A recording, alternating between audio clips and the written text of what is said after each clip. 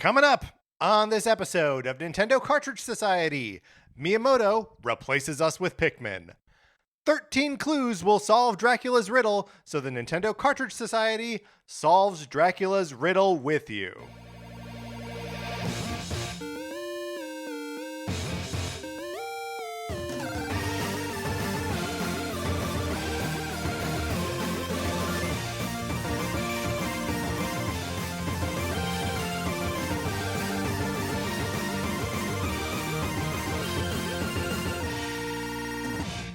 Welcome to Nintendo Cartridge Society. My name is Patrick Ellers, and I'm joined, as I'm always joined, by my co-host, Mark Mitchell. We've got a good show for you today. We're going to be talking about the news from the week, including a new Switch 2 bundle, of sorts. And then on Thursday, we're going to be talking about things that we want to see in the next Star Fox game, which seems imminent. But Mark, in the meantime, how's it going? It's going great. I don't want to second guess one of history's greatest fictional monsters. Okay. But if it were me, if I were Dracula, Yeah.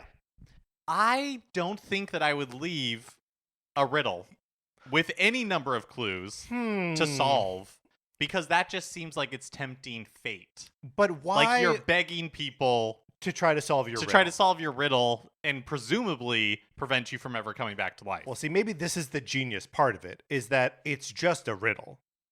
Oh, it has no connection. It has no connection to your impending resurrection. Oh, so it's almost like a red herring. It's a red herring. You're yeah. sending people on a wild goose chase. Right, and they're like, I got to find these 13 clues. That's so many clues. That's going to take me all day. Oh my gosh, Dracula just made me look like an idiot. I mean, Because I fell right you don't, into the trap. I mean, in a don't way. feel bad, though, because you're right. He is one of, like, our great monsters. Yeah. Right?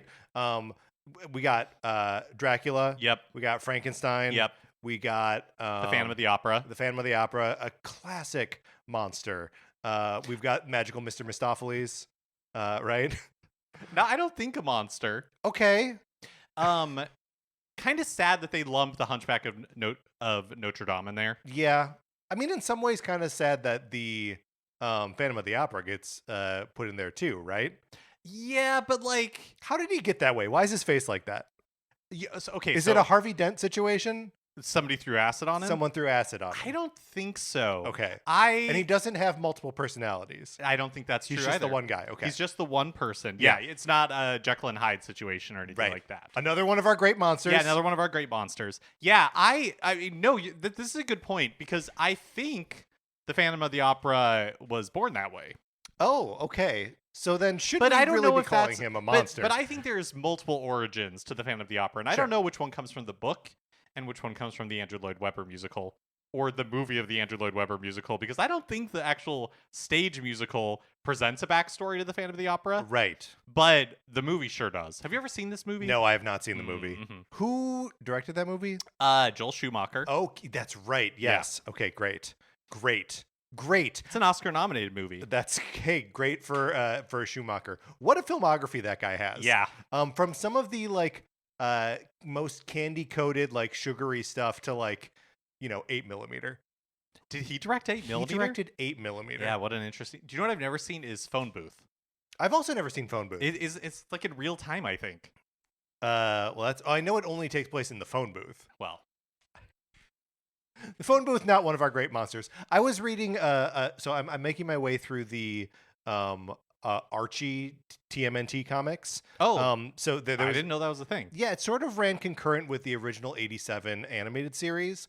And the first like 8 issues or so are like the pilot miniseries of the animated series retold in comic book form, and then like a couple episodes adapted into the comic, and then it like goes off on its own thing.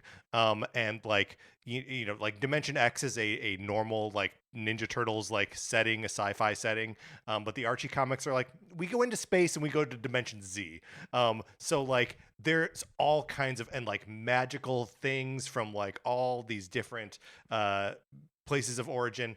Anyway, I was just reading an issue where Krang makes all of the movie monsters get jammed into one monster that bursts out of the Turtles TV, and they call it Monster X. And I think that's awesome. That is such a good idea. It's like a Wolfman and a Frankenstein and a Dracula all mashed up together. That's amazing. Wait, I'm sorry. So it's Archie crossover with. No, Archie Comics, the publisher. Oh. I'm sure. Okay. I mean, honestly, if the Turtles have not crossed over with Archie, like, who do I gotta call to? Because it's a good idea. It's a great idea. Because Jughead would fit right in with the Turtles. I mean, he famously wants to eat hamburgers. I know, but like, he might enjoy Hamburger pizza. That's a hamburger pizza. That's a real thing, and they would have to eat it. If you want to hear us, muse about, hey, we were talking movies before. Oh yeah, that's Schumacher, right. yes. Yeah. And if you want to hear us talk about more movies, you can go to patreon.com/Nintendo Cartridge Society, where if you are supporting us at the 8 or 16-bit levels, you can get access to our once-a-month episodes of miniseries like NCS at the Movies. Yes, where Patrick, myself, and usually a special guest are going to the movies, seeing them together, and then talking about them. We're taking, like, I guess you could say a little bit of a break in April, but only because at the beginning of May, Yes. Devil Wears Prada 2 comes out. The Devil Wears Prada 2 comes out. And Yeah, it was just the S from Wares that you were missing. Okay, you said Devil Wear Prada. Right. It's not a command. It is not. It is an observation. Yes. Anyways, that comes out at the beginning of May, and so we're going to do that as our April episode, but then also go see The Mandalorian and Grogu at the end of May. Yes. But those have all been a ton of fun. We have an episode about Project Hail Mary that's out now with friend of the show, Ryan Mogi. And then, of course, if you're supporting us at any level at the Patreon, including free, there is content available for you from past miniseries, from other stuff that we've done. So go check it out. And if you're at all curious, like, hey, what do those episodes sound like, you guys talking about movies? Just last week, we talked about the Super Mario Galaxy movie. It basically sounds like that.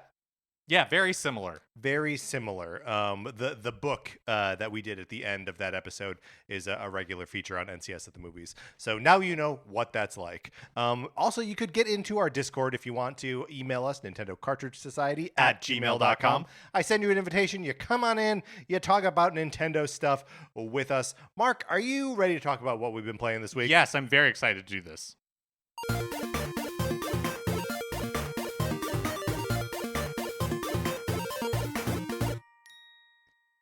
Because I want to talk about getting back into the Final Fantasy VII Remake. I'm so excited for this. Obviously, I don't know, obviously, this is just what happened. So it's obvious to me that you started playing Remake when it was released, and then we got sort of bombarded with a bunch of other stuff, namely Resident Evil Requiem, and it just had to go on the back burner. Yeah, that's right. Right. But I'm back into it. I was actually, so the last time we talked about it, I think not on mic, I was saying that, and I guess spoilers for, I'm just going to talk freely about my experience in Final Fantasy VII Remake. Sure. So if you're not familiar with the game or with the first game and you don't want to hear any Let of me this, just ask you this. Have you made it to Wall Market yet? I'm there right now. Awesome. Okay, great. Okay. So a great way for people who have played the game to know, how far up to so that's area. exactly where I am right now. Yeah. And when that, so the way that's like chapter begins is with the gate opening and a chocobo walking through, Yes. like pulling a cart that has Jesse in the back. And when I saw that chocobo, I like smiled so big. Yes. Because the game, up to this point has such a very specific aesthetic, and that is, very industrial, very like not really whimsical at all. And so to see the chocobo walk through, Yes. pulling this kind of like carnival wagon, it just made me really happy.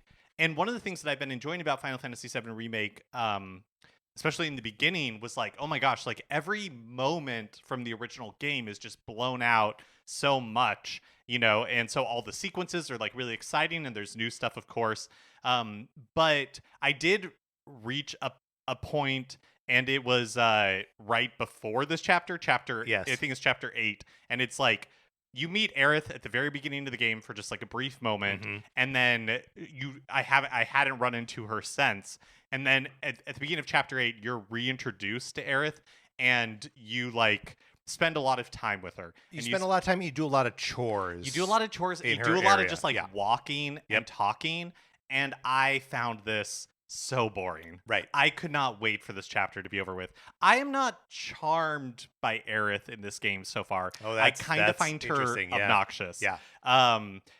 But only in this chapter. Like, now that I'm into the stuff with like and I haven't gotten that far into it, but like we're running around like But I'm sure trying. you met Chocobo Joe. Yes, yeah, yeah. I've Yeah. met Chocobo Joe. I talked to Chocobo Joe to try to get in, like, entered into this contest, Uh-huh. for Don Corneo, and but yeah, so I find it, as like a companion character and like interacting with her and other characters, I like that fine.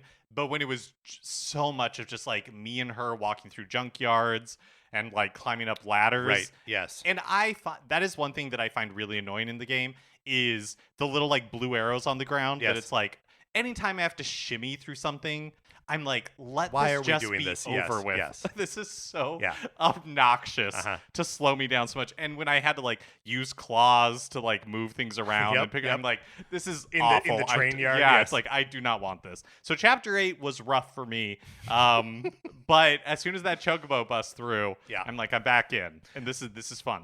I'm enjoying that part of it. I'm also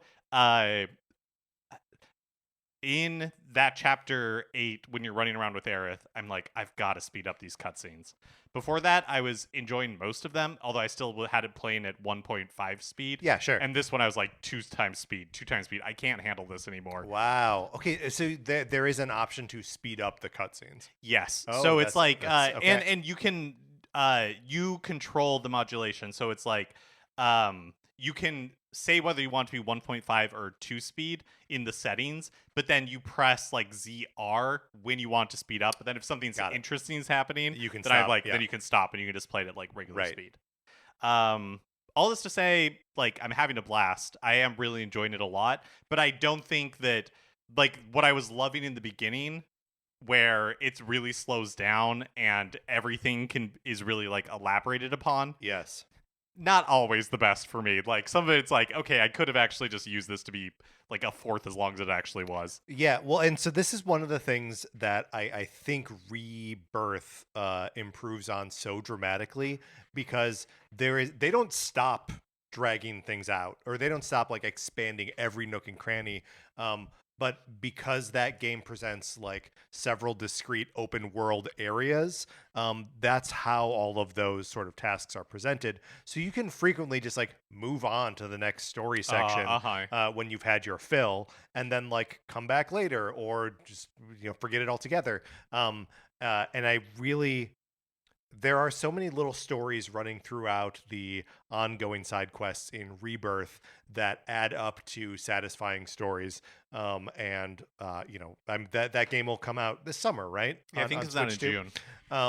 And when that comes out, and when you get a chance to play it, all like 120 hours of it or whatever, I'm very interested to talk about like how that affects the storytelling of that game. Oh, and like interesting. Because from my perspective, it has a very specific function in the story, and like is reflective of Cloud psychology throughout it. So, interesting. I love that. I'm so glad that you're, despite a little speed bump, still like very much plugged into. Yeah, and Rebirth, like I Remake. mean, there's so much more in this game that I'm like looking forward to revisiting in this form, and so that's kind of what like keeps me going. One thing during some of like the rougher patches, one of the just a small observation that I'm sure other people, this game has been out for so long, have already made, but it's new to me and so funny to me that Cloud never removes his like shoulder spike thing. Yes. So like the cutscenes where he's like sleeping, Right. or like laying down, and he's like laying on his side and just has this like enormous it's shoulder like with like bolts with sticking like out bolts of it. sticking out of it. Right. I just imagine trying to sleep. It must be like when Frankenstein tries to take a It nap. must be.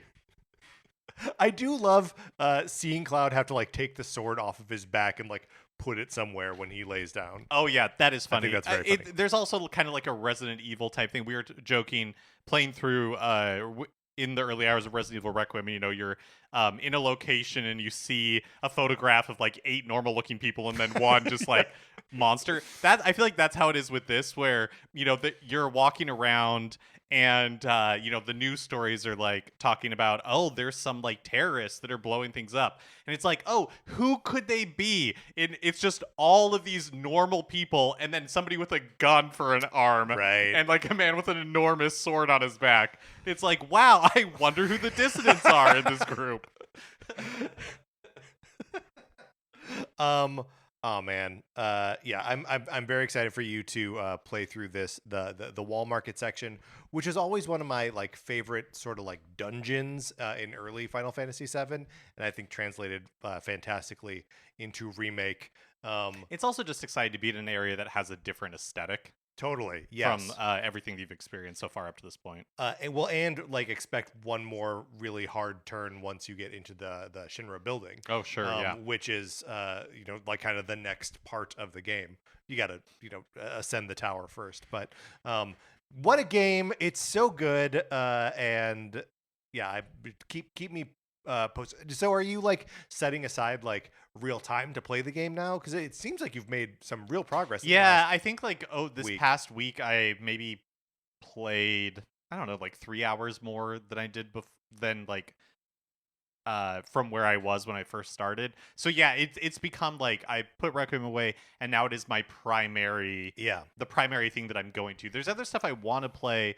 Paul in the Discord posted that he played through Star Fox 64, and that plus the movie got me feeling like, ooh, I want to, that'd be fun to do. But then I was like, maybe I should play the 3DS version, but I couldn't remember if I had bought it before the eShop closed. Right. And I don't think I did, like a dummy, because it must have been $20. So I don't know why I didn't do it. But so you're thinking about playing that would Star be Fox, fun, yeah, but I'm not doing that currently. I mean, we're going to be talking about Star Fox later this week, so I will likely do a playthrough of 64 between now and then.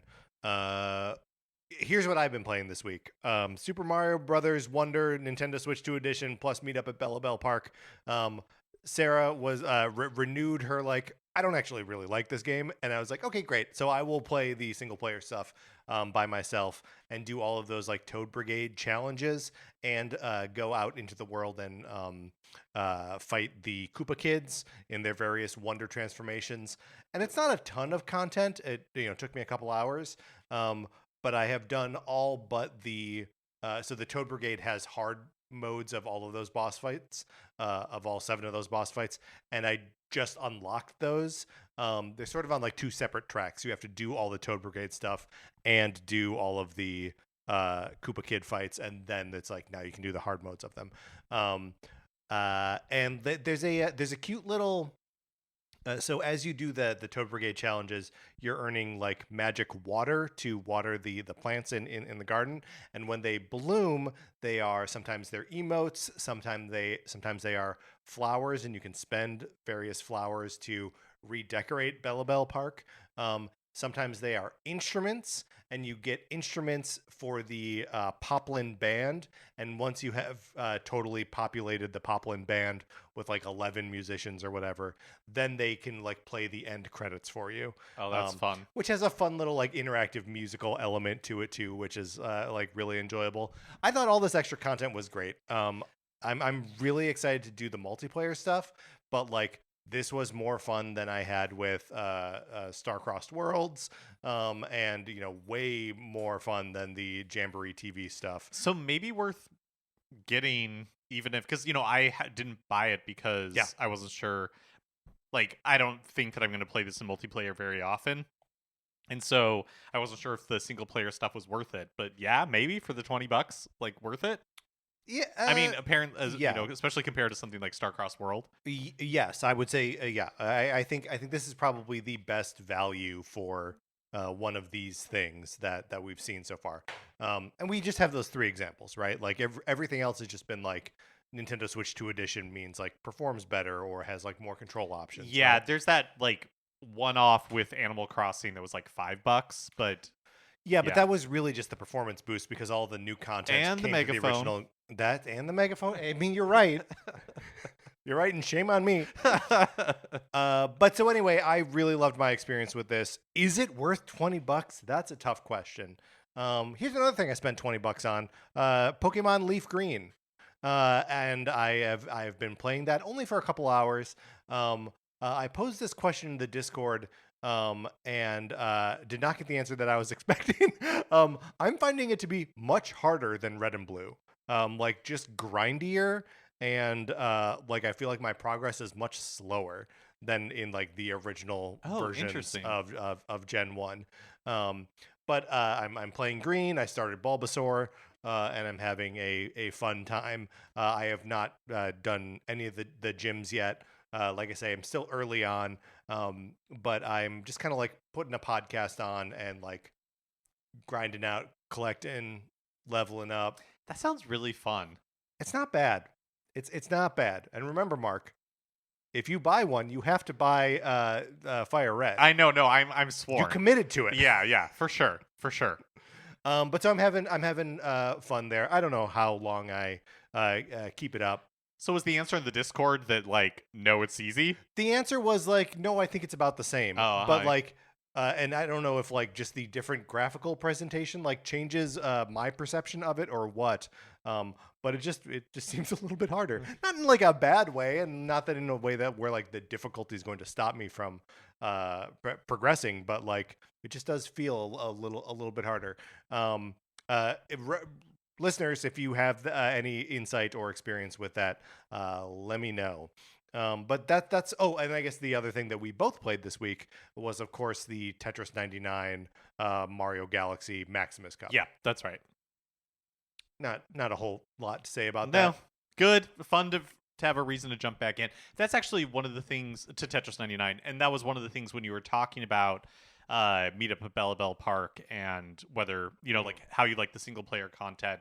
It kind of got me thinking like, oh, it'd just be fun to have an excuse to jump into Super Mario Brothers Wonder again, and have something like new to find there. But I And don't know what I'm gonna. it is like substantive new stuff to play. But finish remake first, Yeah, first, yeah. and then we can progress from there. I do one of the things that I found actually quite refreshing about playing Tetris 99 this weekend was just hearing the straight up Mario Galaxy music, Oh, sure. and being like, oh yeah, I genuinely was missing this from the movie. Like I know the themes get quoted in there, but I just like no, I kind of just want these orchestrations. Oh, I see what you're saying. I didn't mind the orchestrations in the movie, but I wanted the movie blends so many themes together. Yes. Nothing really gets like a long just like play where it's Right. like and now Kind of the here's core problem with the movie, but yes. but yeah, but hearing those little teases made me go to the Nintendo Music app and be Right. like, I'm excited to listen to this whole thing for sure. Okay, well, that's what we've been playing this week. Let's get into the new releases and what we might be playing next week. And hey, speaking of Nintendo Music, we got more Splatoon 3 tracks yesterday, including some from the Side Order DLC, which has a really great soundtrack. I think there's like they added 100 or there's over 100. There's a lot of Splatoon 3 music Yes. on the app now. Well, and there's a lot of just Splatoon 3 music out there, right? Yeah, like for that's sure. Splatoon is one of the more, and I guess Nintendo's actually kind of doing this a lot now, where it's like obviously Smash Brothers is so full of music, it's unbelievable. Ditto Mario Kart World, and Splatoon 3. Just like full to the brim with they make up these different bands. Yeah, it's such a integral part Yes. of what that series is. I can't remember if I talked about this. It's probably been a year since I was watching these videos, and I don't even know when Nintendo released them. But on Nintendo's like YouTube channel, you can watch the recording sessions of Yes. some of those pop songs with like the performer, like the musicians and like the singers. It's pretty incredible. Also, it was pointed out online when this announcement happened, and it's kind of hard for me to believe. It's been almost exactly 10 months since Splatoon Raiders was revealed in Yeah. Nintendo Today, which means it happened just like mere days after the Switch 2 Direct and me getting my kidney stone out because it was like April 2nd. No, that the- 10 months would be in June. No, because June is when the Switch 2 was released. It's been 10 months since the Splatoon Raiders was revealed. Yes. Okay, yeah, so that means it was in June, Oh. right? Yeah. So No, it's that does mean 12 months in a Your year, math right. makes sense. Yeah. Yeah, your math makes Yeah, sense. thank you. So yeah, it must have been June. Right. Okay, so yeah, so it wasn't mere days after I got my kidney stone removed. No, Yeah. it was instead mere days after the Switch 2 was unremoved Was from actually your life. yeah, that's right. Jammed into your kidney. Yes. Inserted into my life for That's sure. right. Anyways, But it's been a that's- long time. It's a long time. Since they teach, because normally at this point Nintendo's like, hey, here's a game and it's out within 6 months, 9 months, whatever. Right. Rare for them to be like, hey, Splatoon Raiders, no date attached to this. We just want you to know that this thing exists, and then radio silence since then. Right. We've heard nothing about it. Although I guess they didn't they at some point before like a direct or something be like, and there's Splatoon Raiders isn't going to be here or something like that. Oh, I don't know. I yeah. don't remember that. You mean like one of those where they like put out a tweet being like, right. There's Don't no expect video this. game content in this Mario Yeah. movie direct. Anyways, when are we going to hear more about Splatoon Raiders? Maybe it will be exactly a year in June, Yeah. not 10 months. I'm so curious what is different about this game, right? Because it can't just be that this is like another Splatoon game, right? Otherwise, they'd call it Splatoon 4. No, I think they've been very upfront that it's like a spin-off. Yeah. Yeah. You're right. That's Yeah. they've called it a spinoff. But like, to what extent? No, yeah. What does it mean? Super curious. Um. Anyways, that's Yes. Nintendo music. Yes. I would say the other big release for the week is tomorrow, April 8th, for Pokemon Champions is released on Switch and Switch 2. And we had talked about when we would be getting Pokemon Home compatibility for Legend ZA and Leaf Green and Fire Red, and I was sort of the opinion that like that'll happen once Pokemon Champions is released, because then that'll really be the like, here's the reason to the thing that you want to export your Pokemon to, and I have not seen anything.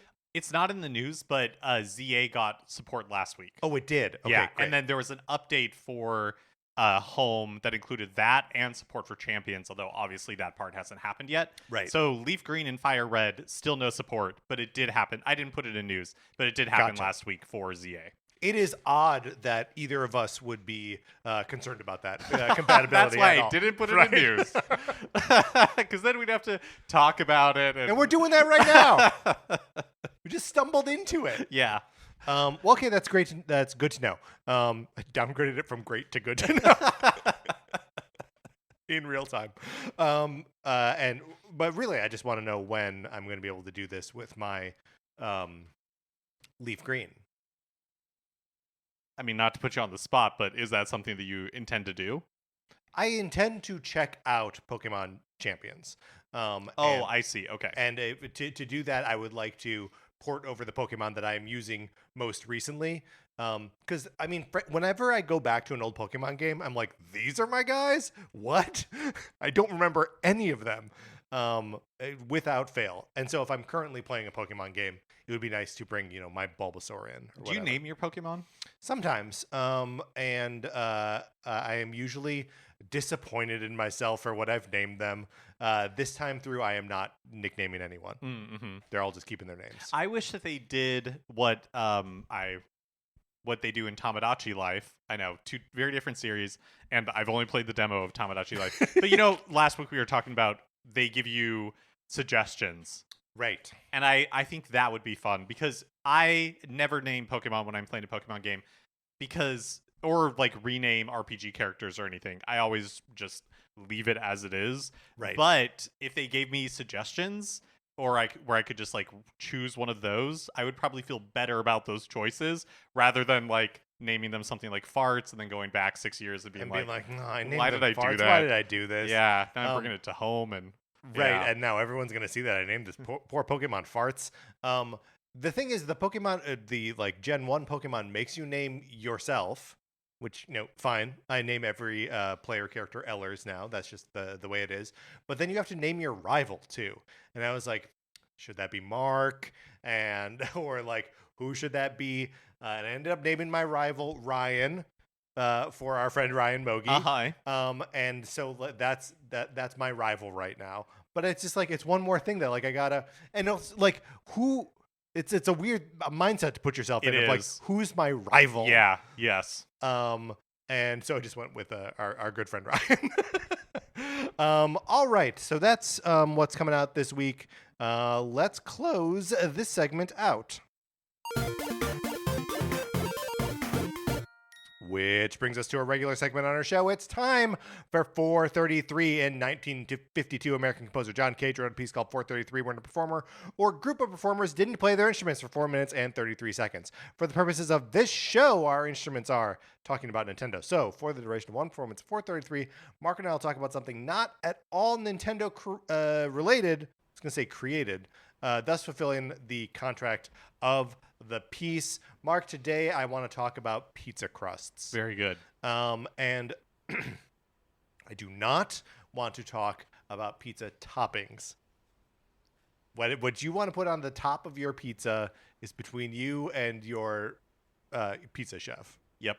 But let's talk about the various kinds of pizza crust. And if we have, do you have any gut like preferences for like a thin crust or? I think my go-to, my default is just a regular pizza crust, right? So it's like kind of fluffy, A little bit bready, yeah. has some, like air holes in it and stuff.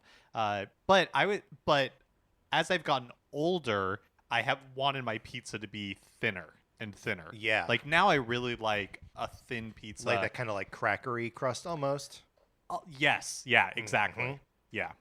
Yeah, I like that too. I mean, I'm a big dumb idiot, and I do like a Chicago deep dish style pizza. Oh yeah, deep I dish gotta- is not my thing. Yeah, and that's totally fair, and also doesn't actually feel like we're having a conversation about deep dishes, maybe not having a conversation about pizza, right? Like they're kind of two different things. Totally. But as a kid, I used to really like the like pan tossed pizza from Pizza Hut. Do you remember this crust where it's like the crust is almost as thick as the breadsticks?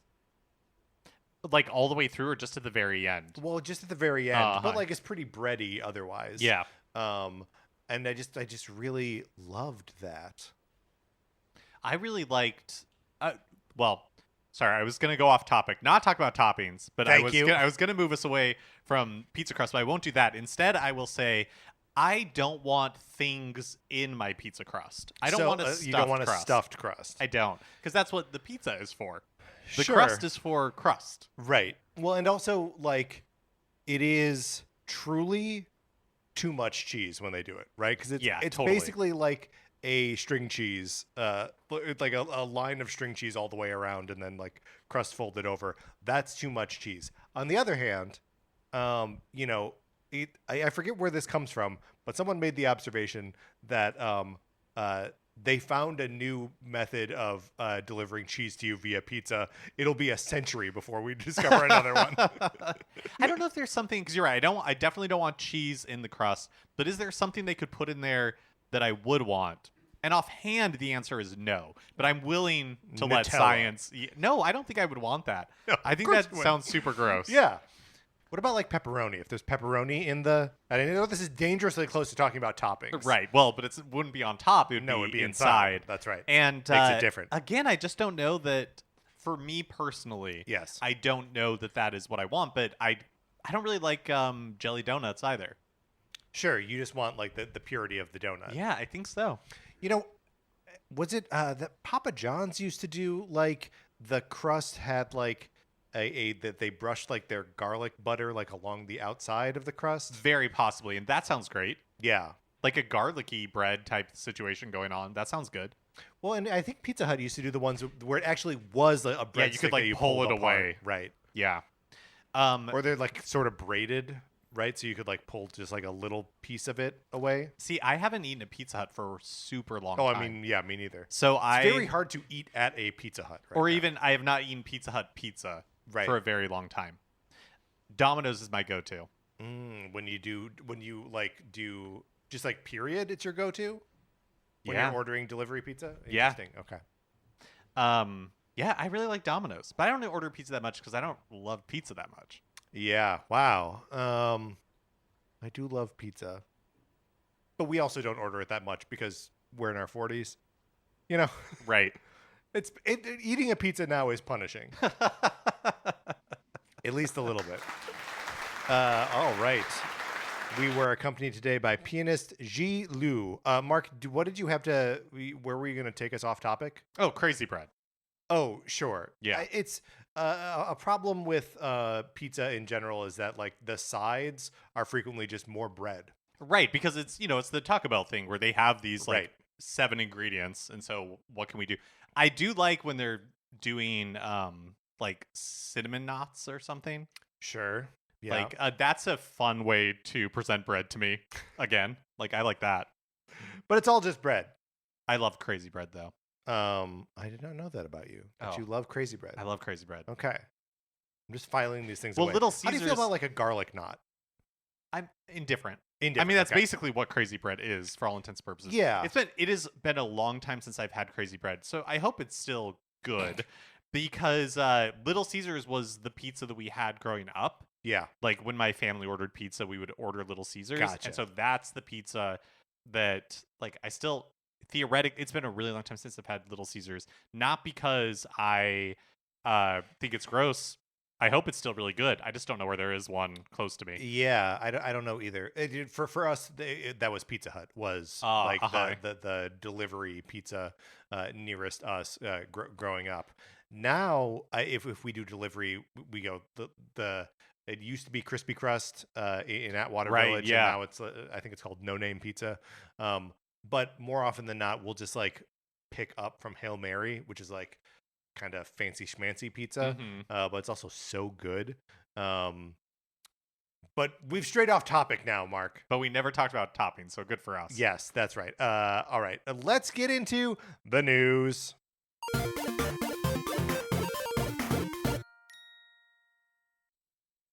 So, time to capitalize on the huge success of the Super Mario Galaxy movie. Nintendo announced a limited time Switch 2 offer, in the US at least, featuring last year's Super Mario Galaxy 1 plus 2 like Switch releases. So, from April 12th to May 9th, you can buy a Switch 2 plus a copy of the Mario Galaxy double pack. It can be either a physical version or a download card, and you'll save $20 off the total price. So it's $500 for both versus the $520 would normally be because the Galaxy double pack goes for $70. So that's $450 for the base Switch 2, and then $50 for Essentially, the Galaxy combo. yeah. So, do you think that they always had this in mind for the post Galaxy launch, and that's why the Galaxy 1 plus 2 collection was $70, so that they could basically sell another bundle and be like, look, you're saving $20. Yeah, that's interesting because it does equal out to the same exact price as like when the Legends ZA bundle was around, right? Well, and that was also and the same as the Mario Kart World bundle. Yes, but the savings are slightly more, a little bit more in that instance. Right. But yes, yeah, that would not surprise me at all. And it's also interesting that the Nintendo has been really aggressive with bundles for the Switch 2 right out of the gate. We had Mario Kart World, and then we had Legends ZA, and those two were happening at the same time. Now both of those bundles are not available anymore, and now they have this new like pseudo bundle type thing for a limited time, right? That's less than a month. That this will be available, and it's at participating retailers, but it's the biggies in the US like Amazon, Best Buy, GameStop, Target, Walmart. They're all participating in this. But yeah, like bundling in one form or another continues to be a huge part of Nintendo's strategy for selling Switch 2s. Also interesting that this is like a Switch game and they're really leaning, and it has a free, like Switch 2 upgrade or whatever, but it's really leaning into the backwards compatibility of it all. Yeah, you know what I mean? Well, and beyond that, it's a collection of Wii games, right? Right. Like that. They are not selling the Switch 2 in this instance on the strength of either the Switch or the Switch 2's software lineup, but on the software lineup of the Nintendo Wii. Yeah. They're for sure they're banking on the like new to me element of it, right? Yes. But it is funny that you're right, because like these games still look good, they still hold up. I was playing Galaxy 2, last year when these first came out. Right. And, it feels like a Mario game. It is very fun to play. But yeah, Well, it is and funny that they're Wii yes. games. Well, it is funny that they're Wii games. This is the sort of thing where I'm like, why are these just not always available, right? They have the potential to be forever games, right? Like Odyssey, like Breath of the Wild, like Mario Kart 8 Deluxe was forever. Where it's just like, these are games you put out on the platform and they don't need to be within a week of their release date to be of interest to people. Which is also interesting because I would say of the 3D Mario games, these, other than Odyssey, like Galaxy are the ones that are like you could put Yes. in front of brand new players and they hold up, pretty well. Like Right, they don't feel Stone Age. 64 Right. is tough, I think. And A game we love, and or I love, I guess I'll speak yeah, for and myself. and Sunshine, a game I love. Right. I would not introduce people to 3D Marios with Sunshine, but Galaxy before Odyssey, like those are. I think you're right. I think they are forever games. They're up there. Well, so, and this is the thing that like I like bump on a little bit, where like, okay, great. I'm glad they're doing this now. They could have this be the bundle until the new 3D Mario comes out, right? But presumably sometime next year. But also like, where is Sunshine? And if that's just like another like cleaned up version that they sell just digitally, or if it's part of the 3D All Stars collection, or actually bringing it to the GameCube NSO. And that is a little bit more where I'm like, how many people are you going to get from the movie to like come back to the system and subscribe to NSO plus an expansion pack? So many things. It's like so many steps. It's so many layers. Yeah. Yeah. Especially to get to the GameCube games, because you have to have a Switch too. So like, yeah, I had one of our listeners hit me up on Discord and like asking, hey, is there a way to play some of those games? And I was like, I mean, just in 3D All Stars, which is not you can't even buy it anymore. So yeah, as always, I feel like Nintendo's a little weird about how to play the games that they have like generated excitement in by their movies, right? Star Fox, yeah, you can play Star Fox 1, you can play Star Fox 2, you can play Star Fox 64. What? Right. That's it? Right. You can't play any other Star Fox game on your Switch and Switch 2? Yeah. That's crazy. And for Star Fox 64, you need the expansion pack. Mm-hmm. So yeah, it just all of this stuff feels a little bit like the movie. Both this movie and the previous were so good at generating like interest and excitement in these things, and I feel like this movie even more than the previous, where it's like getting people interested in specific games, Star Fox in particular, but also the Galaxy games, and they're just like, they're there to meet the demand with Galaxy, but they're really not there to meet the demand with Star Fox. Yeah, if you were like, oh, like that Star Fox character was really cool.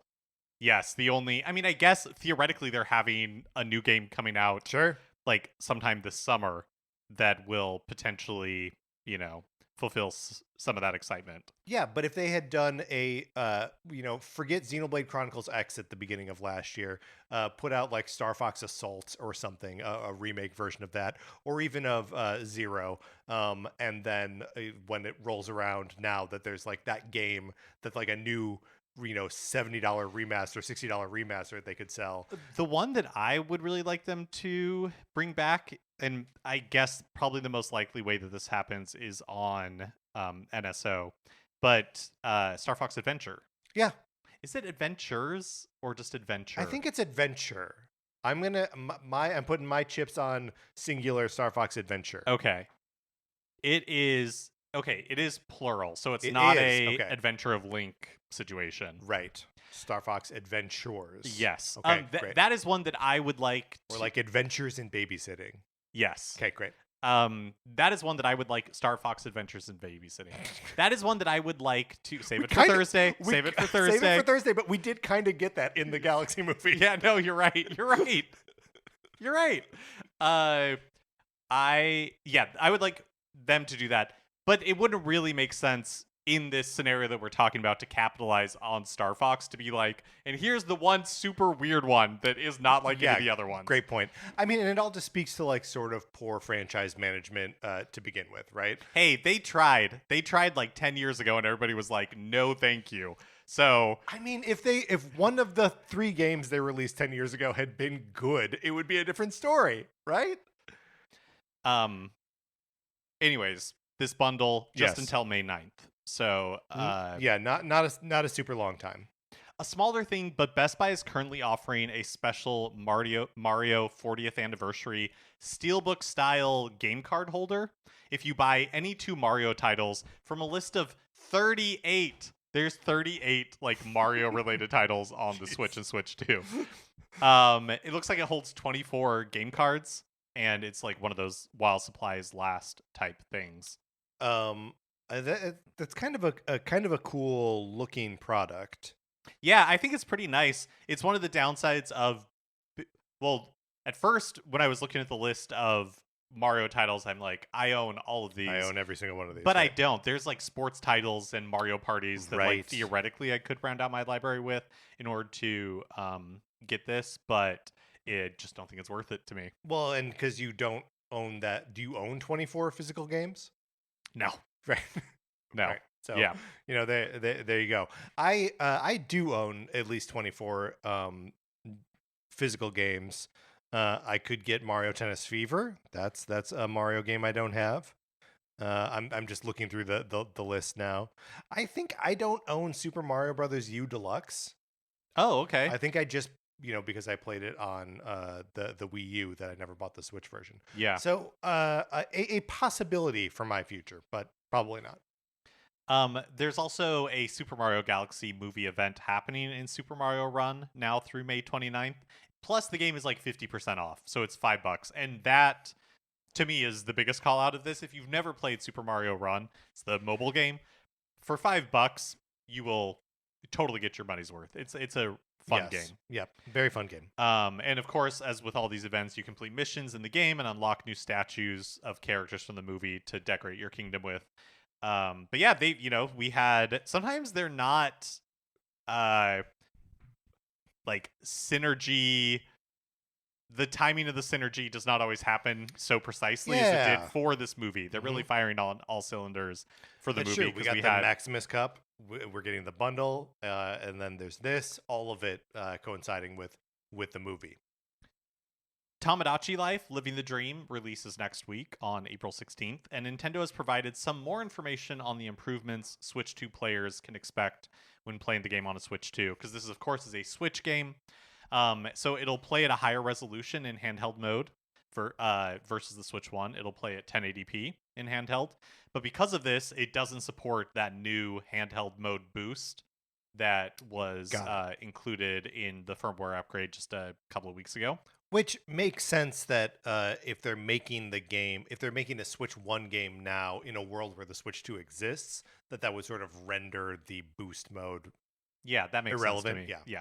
Yeah. It'll have faster load times, game chat support, of course. One thing that it won't support is mouse controls. Which I can respect. No mouse controls. Even though like it's a very like creator focused game, and like you're even editing patterns on like a little pixel grid.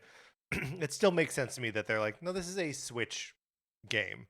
There's no Switch 2 version of this game, and that that's a different control input method is a big deal. Fundamentally changes the way you play a game, so it makes sense to me. Well, and I think it also shows maybe to your point about like, did Nintendo have this like synergy with the movie in mind when they when they released the Galaxy 1 and 2 game bundle last year?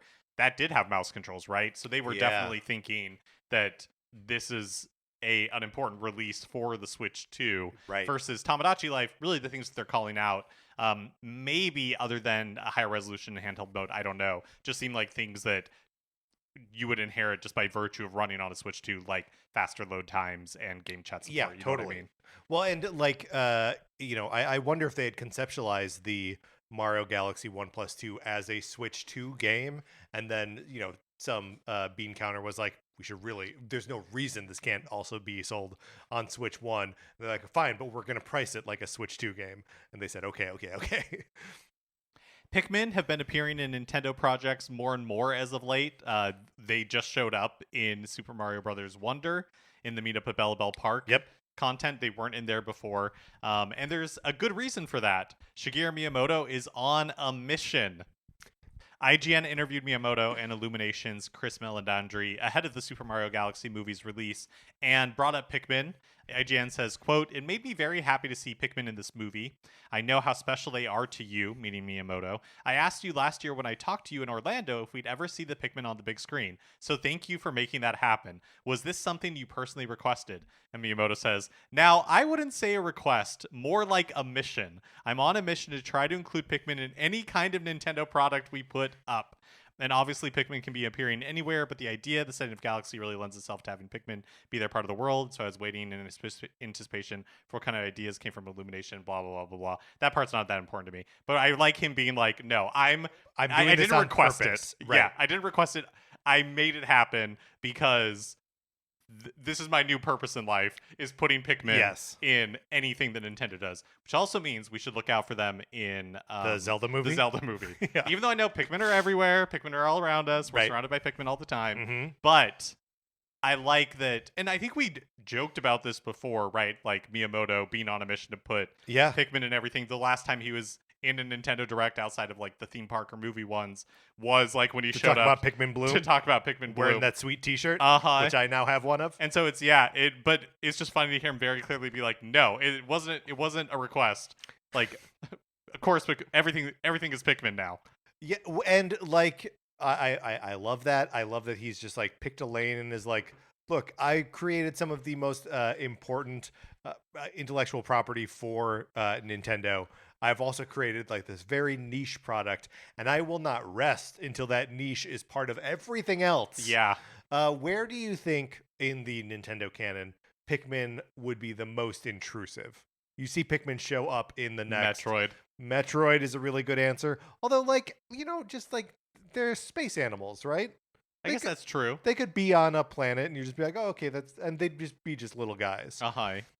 I'm like, if Pikmin show up in the next Famicom Detective Club, maybe that's a problem. That would be interesting for sure.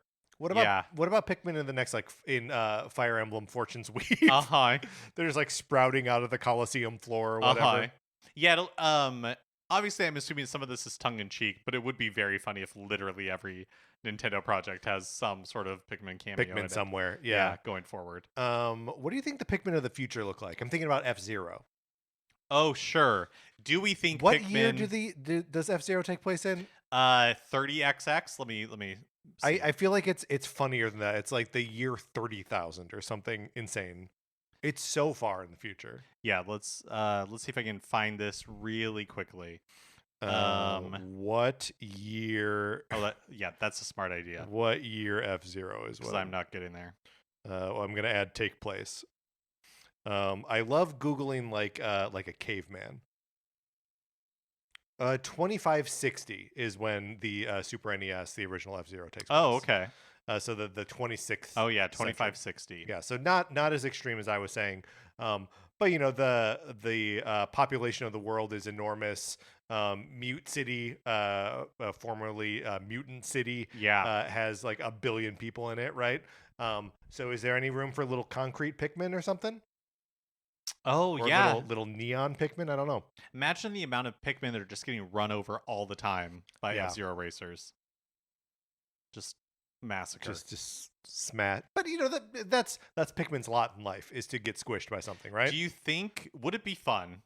Check me here. Yeah.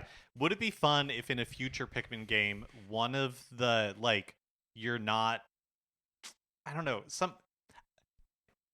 here's what I'm trying to get to. Yeah. I don't know how we get there, but this is why Nintendo are the geniuses that I'm not. Picturing a level where Pikmin are huge Pikmin. Oh, yeah. That seems fun to me. I mean, a world where Pikmin are giant. And everyone else is tiny. Is small. Yeah. I mean, I think we've talked about this a little bit before, but Piantas, right? Piantas are just big Pikmin. Well, I'm fine with that because that brings Piantas more into the mainstream Right. Nintendo canon. I'm surprised that you're offering that up, given your distaste for Piantas and your Yeah, love of you're right. Pikmin. I do not care for them. Yeah, and I would like the idea of big Pikmin. If a Pikmin were big, would it be my friend? But I'm imagining like towering, like redwood Oh, size. okay. Yeah. Yeah. Then probably not. Yeah. Probably they would smush me then. The tables would be turned. Yeah, I don't like that. Finally, Level 5 has announced a Vision 2026 presentation for this Friday, April Okay. 10th, All right, guys. at 5 a.m. PT. All right. Why did I say PT? Pacific time. So maybe time to hear more about Professor Layton and the New World of Steam, or dare we say a Deca Police? Dare we say Deca Police? When was Deca Police announced? Like 2020. I think it was 2021. So long ago, Deca Police, and also Professor Layton in the Mysterious World of Steam, the New World of Steam. Sorry, just the development times on these things, they've gotten out of control. Mark. Okay, once again, I was trying to find when. Now I'm gonna have to Google it. When Deca Police announced. Yes. I'm just gonna But Deca Police reveal is what I'm going with. In my 2023. 2023. Interesting. Yeah, not as long ago as I would have thought. No. In my head, But I from was the at like February, so before the Super Mario Brothers movie came out. 2 Super Mario Brothers movies have come out between the reveal of that's Deca right. Police and now. And in 2024, they delayed it to 2026. Like they said 2026. Oh, okay. But do we believe it? No, I don't believe it for a second. So, okay, sorry. You're right. It was announced in 2023 to be released in late 2023. Yes, Yeah. that's right. It was going to be and it's available very soon. Right. But it just was not. I'm interested in checking out a new Layton game. Yeah, me too. It's been such a long time since we've had like a proper Layton game with Layton in it and everything. Yes. So yeah, I do think it'd be fun. Well, I just Or feel could like my game tastes have like bent a little bit towards something like that. Although I still gotta play Paranormasight. And have you played any more of the second one? No, I haven't. Now I have to be very like one track with video games. Yes. Because if I try to dabble, then especially when a game is like, as much as I'm enjoying it, a project like Final Yes. Fantasy VII Remake, it's so easy for me to lose momentum. And so it's like, no, I can't be tempted Right. by the siren song. I'll The stop Mermaid's asking, Curse. I'm sorry. Yeah, I'm just like, I have to be all in on Final Fantasy VII, or I know I'll put it down and never pick it back up. Well, all right. So we will maybe tune in to this Vision 2026 this Friday at 5 a.m. Oh God, I'll catch that later. Yeah, there's no way I'm waking up at 5. I can wake up for a For- 6 a.m. Nintendo Direct. Yeah, but for a level 5 like presentation, I'll just catch the highlights afterwards. I will read an article about that later, or hear about it on a podcast. Oh no, we have to do that. All right, Mark, let's get out of the news. All right, that is going to do it for this episode of Nintendo Cartridge Society. If you're not in the Discord, you should be. Email us. I'll send you an invitation. You come right on in and chat with us about all of the things. Anthony DeLuca made our logo. Our theme music is provided by 8-Bit Betty. You can get more of his music by going to 8bitbetty.com or by listening right now. For my co-host Mark Mitchell, this is Patrick Eller saying thank you for listening.